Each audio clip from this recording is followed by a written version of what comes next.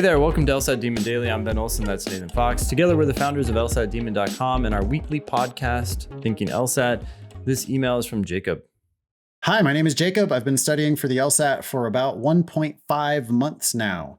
I was introduced to LSAT Demon Daily about 3 weeks ago from a friend of mine and have been a big fan thus far. I listen to your podcasts religiously on my commutes.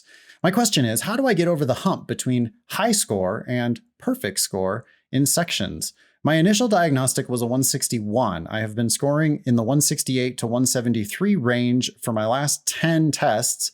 However, I can't stop making small mistakes in all three of the sections. My goal is a 175 plus, which I think it should be given your diagnostic of 161.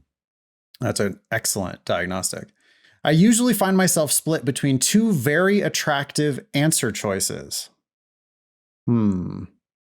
Okay. I feel that I could make an argument for both answer choices most of the time. Okay. Well, we know your problem, Jacob.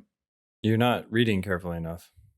Yep. You're not thinking about the argument carefully enough, and you're not thinking about the answer choices carefully enough, or you're probably actually making an argument for an answer choice that's not even on the page. Yep. Jacob continues, I know this can't be the case as there has to be one absolutely correct answer on the LSAT. This happens often for all reading comp questions and for LR questions that ask what part of the argument is X or what is the author's method of reasoning. Why do you think he's narrowing it down to two generally is because you don't predict the answers. And so then you get like sucked into these answer choices that Jacob is calling attractive, but that we know are conclusively wrong if you read every word. Yeah, and Jacob seems to start to know that. He gets that, but then he's like, I feel that I could make an argument for both answer choices most of the time. And you just couldn't, Jacob. If you tried that with Ben would be like, what now? No, that's not what that says. Or what? How does that make sense? That's not what that means. Or, huh? That's not what the question asked you. Or something, but there's just a reason why it's wrong. And if you're always narrowing it down to two, I think you're just being too passive. You need to be looking for reasons why answers are wrong, not looking for reasons why answers are right. What do you think, though, about this specific complaint that it's happening on reading comp and then reasoning questions on LR? Well, let's start with the reasoning questions in LR because that's pretty easy. What's happening in those answer choices is they're giving you somewhat abstract descriptions of what's happening in the passage. And as you're reading those abstract descriptions, you're not treating them literally enough. You're reading them and then you're imbuing them with meaning that's not there. You need to take them literally. You need to say, does this absolutely have to be true? Word by word. There's a reason why that other answer is just conclusively wrong. Probably because it's too strong. And I think that that's probably the case for most of your reading comprehension woes as well. There's going to be something in there. These are all must be true questions. Sorry, I didn't mean to cut you off, but yeah. No, that's absolutely right. What we're talking. Yeah. We have one brain now. It's all must be true questions on reading comp. And certainly these reasoning questions in LR are of the must be true variety. Yep. And so the reason why the wrong answer is wrong is because you can't prove it. The reason why the right answer is right is because you can prove it.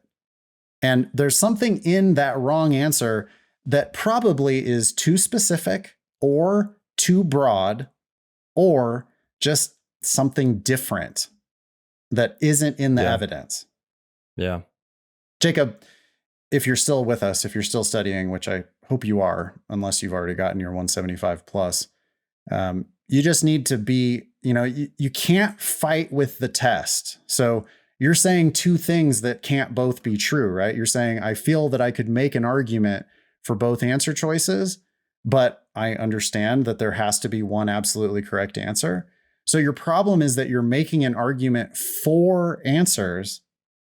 And on these types of questions, you shouldn't be helping the answers at all.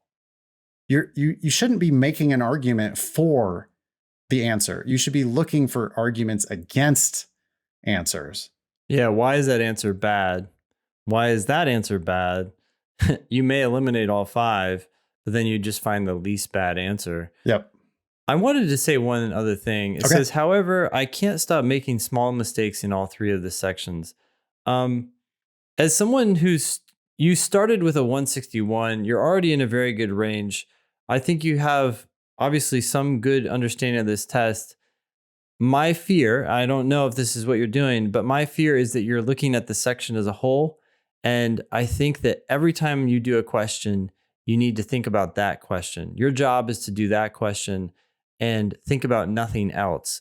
I think you have the ability to kill these answers, to kill these questions if you focus on them one at a time. I think you're much less likely to make small mistakes. Yep. You're pursuing that 175 instead of pursuing one question.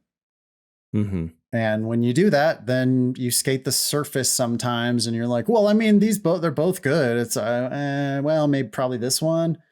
And instead, you need to take your time there to just rule out conclusively the wrong answer. With a 161 diagnostic, I do think that you can get to perfection on maybe every section. Yeah, really close to it. Don't worry about getting there, but I think you can. Yeah. Thanks, Jacob. Email daily@lsatdemon.com if you'd like to ask us a question or share some LSAT or law school admissions news. Thanks for listening.